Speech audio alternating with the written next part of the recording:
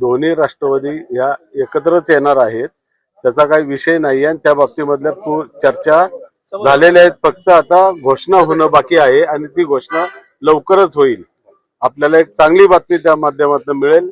आज स्मिताताई कोंढरेंच्या माध्यमातून राष्ट्रवादीमध्ये प्रवेश झालेला आहे त्यांचा, माजी नगरसेविकांचा. प्रभाग क्रमांक 38 हा राष्ट्रवादी काँग्रेस पार्टीचा बालेकिल्ला आहे आणि या ठिकाणचे 5च्या 5 उमेदवार हे चांगल्या मताधिक्याने निवडून आल्याशिवाय राहणार नाहीत असा विश्वास या निमित्ताने व्यक्त करतो. सगळा तिढा सुटलेला आहे आणि राऊंड पूर्ण झालेला आहे.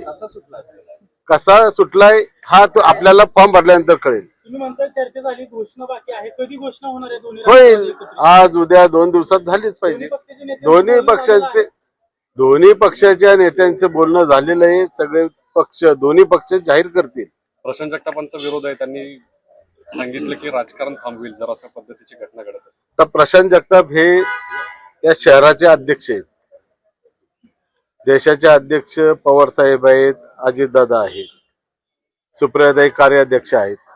त्यांच्या लेवललाच हे विषय सगळे मार्गी लागणारे. शशांकजी शिंदे राज्याचे अध्यक्ष, सुनीलजी तटकरे आहेत. हे सर्वजण वरिष्ठ मंडळी एकत्र बसून हा निर्णय होणार आहे.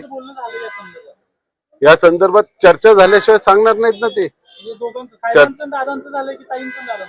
ताईंचं दादांचं झालेलं असणार आहे आणि त्याशिवाय ते बोलणार नाहीत आपल्याशी.